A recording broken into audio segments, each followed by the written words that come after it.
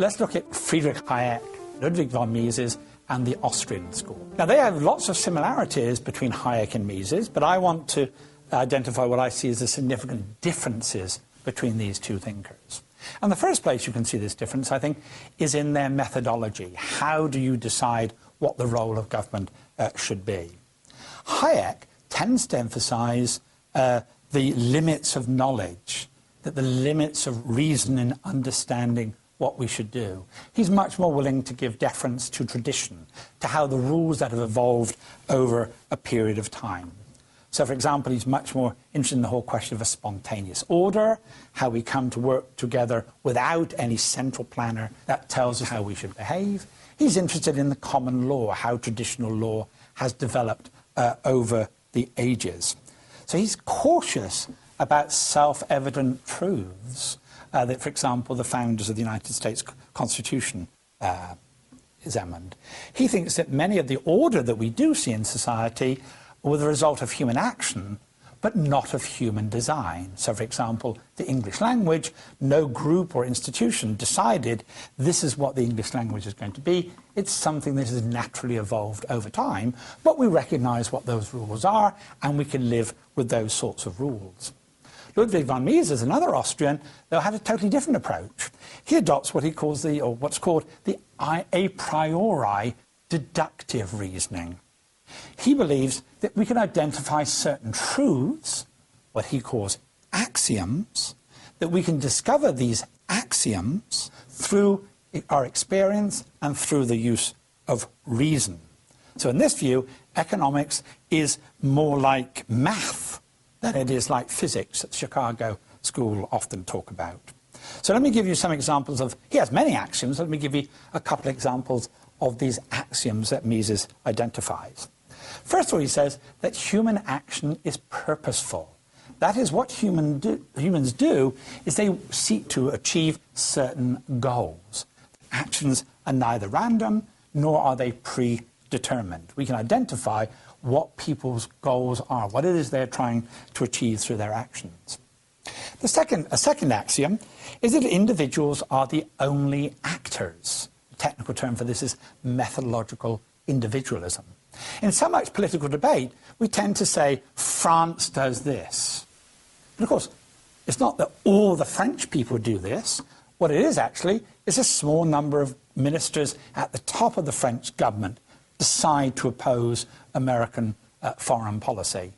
So who are the specific individuals who are actually carrying out this action? Actions are only conducted by individuals, they're not conducted by broad groups. Another example would be Muslims. Is that we should say that some Muslims carried out terrorist acts, but that we should not say that Muslims carried out terrorist acts. That implies that all Muslims did. So whenever we try and understand any particular choice, we should try and identify who are the actual individuals who are making these specific decisions. And a third axiom is that value is in the eye of the beholder, the so-called subjective theory of value. That is, things do not have value in themselves, but only that to which people attribute to it. So, for example, I think rap is crap, but some people like rap. Some people think it's a good thing. There's no objective value to rap. So you often hear the criticism of economists that they know the price of everything and the value of nothing, but that assumes that we can know what the value is of something. But no, the value for the same thing is different for different people. So Mises argues that simply using our reason, we can identify these axioms or these truths. Now, Mises and Hayek tend to agree about why government should be limited, because government policymakers lack the knowledge, they can't understand what the goals are of people, because everybody has a variety of different goals. We can't predict, you want this, you want this, you want that. Goals are so diverse. And secondly, government can't work out what is the best means for people to achieve these goals. We can't plan that in advance. If we do X, the results will be Y. So they're very skeptical about the government's ability to identify what people's goals are, and to satisfactorily meet those goals. That's why the Soviet Union collapsed. It suffered from the knowledge problem of knowing what people wanted, and it suffered from the knowledge problem of knowing how to achieve those goals. So it's a consequentialist view. The consequences of governments carrying their action is often bad, or usually bad. When it comes to the question about what is the role of the state, though, Hayek and Mises again diverge.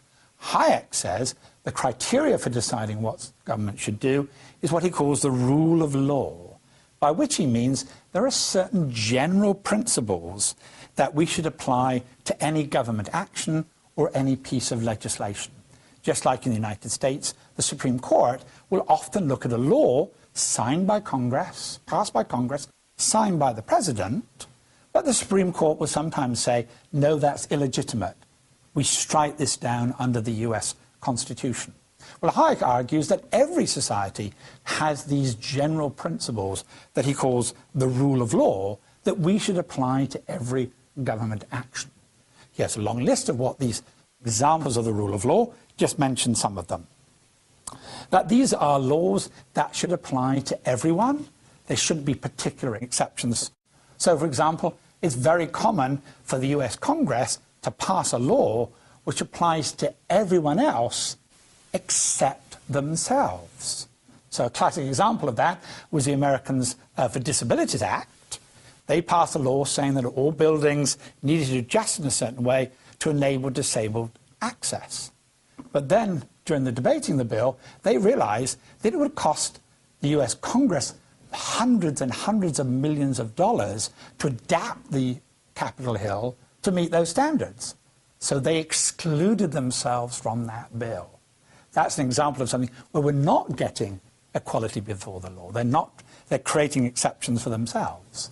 Another example would be earmarks, which is where it's said that government should spend the money with this particular company, with this particular age. He argues all those things should be considered illegitimate because they go against the rule of law. And another example would be that laws should always be prospective. That is, they should be future-oriented. They shouldn't punish something that happened in the past. So you may have done something in the past which was legal then they pass a law, it's illegal. You should not be punished for something that occurs in the past. So that's his criteria of any government action. Does it meet the rule of law? Does it meet these higher principles?